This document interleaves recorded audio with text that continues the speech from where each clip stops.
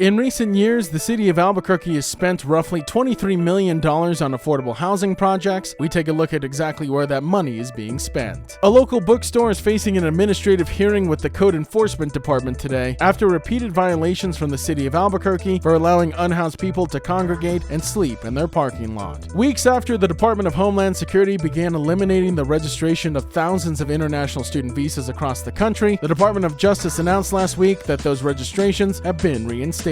And with a key election cycle on the horizon, New Mexico Democrats have elected their new leadership. From the Albuquerque Journal, this is the leading news. I'm Gino Gutierrez. It's Monday, April 28th, and I'll have more on those stories in a few moments, plus a look at Albuquerque's weather forecast on the other side of this break.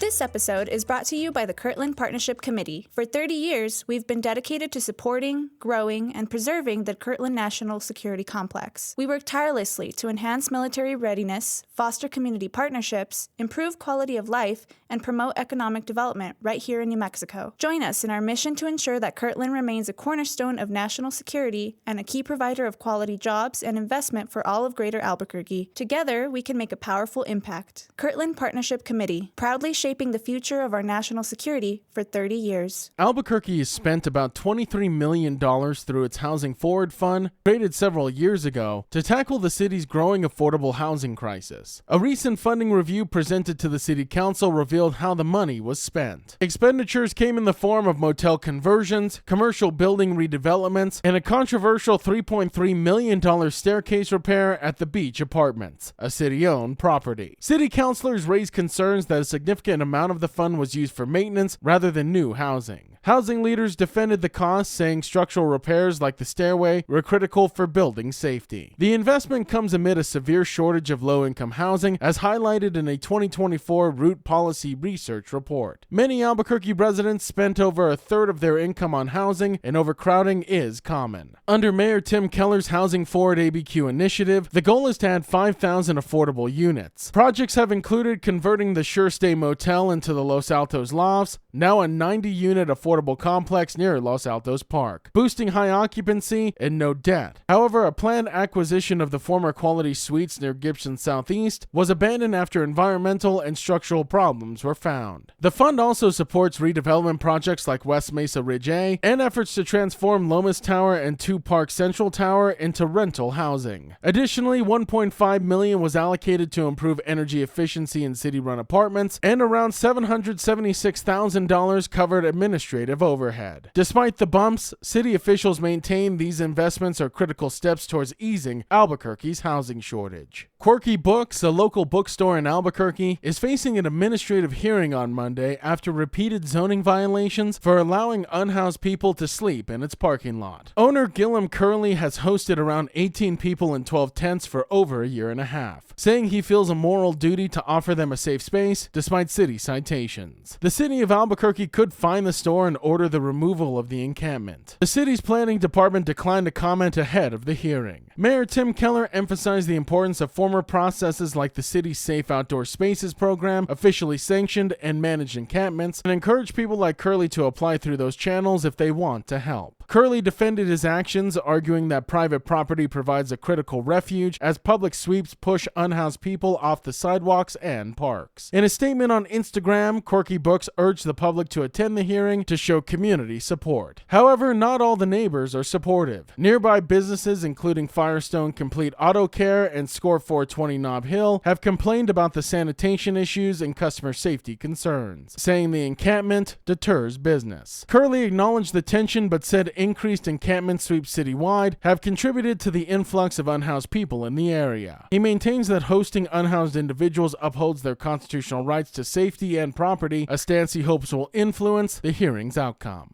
The Department of Justice announced on Friday that international students' access to their visas through the Student and Exchange Visitor Information System has been restored. This comes weeks after the Department of Homeland Security began revoking thousands of registrations nationwide. Although access has been reinstated, DHS officials clarified that visa revocations themselves have not been reversed, meaning students with revoked visas remain affected. The Department of Homeland Security did not disclose how many students from New Mexico were impacted, but at least 9 9 students at New Mexico State University, 1 at New Mexico Tech, and an unknown number at the University of New Mexico were affected. UNM President Garnet Stokes welcomed the move, but noted ongoing uncertainty. NMSU is also monitoring the situation closely, according to a spokesperson. However, the reinstatement could be temporary. The New York Times reported that DHS could revoke visas again in the future, adding to the instability students are facing. Meanwhile, the ACLU of New Mexico filed a lawsuit on behalf of a PhD student from Ghana at New Mexico Tech, referred to as KOD, who had his visa revoked. A federal judge granted him a 14-day restraining order to protect his stay, and while his status has been restored, his attorney Shane Huffman said legal efforts will continue to ensure a more permanent safeguard through a preliminary injunction. The situation remains fluid, which leaves universities and students anxious about what next steps will be. And with a critical election cycle ahead, New Mexico Democrats have elected Sarah Adelson as their new party chairwoman, succeeding Jessica Velasquez, who stepped down after leading the party since 2021. Adelson, who's a school librarian and a teachers union official, won with 38.8% of the ranked choice vote in an online election, which involved over 460 party insiders. Results were announced at Saturday's State Central Committee meeting here in Albuquerque. In her post-election remarks, Adelson emphasized the need for party unity at the county level and a return to working class roots. Despite New Mexico being a reliably blue state with Democrats holding all statewide offices and a strong legislative majority, Adelson warned of the slipping support among young voters and Hispanic men, groups that have drifted in recent elections. The new leadership team, including Vice Chair Cam Crawford, Secretary Brenda Hoskey, and Treasurer Julie Rockman, will serve through the 2026 election cycle, a period that will see races for governor, U.S. Senate, and 3 U.S. House seats. Notably, high-profile Democrats like Deb Haaland and Sam Bregman have already announced their gubernatorial campaigns. Adelson and Crawford expressed concerns about the impact of Donald Trump's policies on New Mexico, particularly regarding public schools, Medicaid, and disaster response as wildfire season approaches. Democrats currently make up about 43% of New Mexico's 1.3 million registered voters, a figure that has been gradually declining, which could set the stage for a competitive and crucial few years ahead. If you like hearing all of the latest news from the Albuquerque Journal here on the Leading News, consider becoming a digital subscriber to the Albuquerque Journal. You can check our show notes for a discount code on a digital subscription and keep up with all the latest news from New Mexico's leading news source. Now taking a look at Albuquerque's weather forecast. Today you can expect sunny skies with a high near 74, and as for this evening, mostly clear with a low around 44. To keep up with all the latest news from the Albuquerque Journal, you can visit our website at abqjournal.com.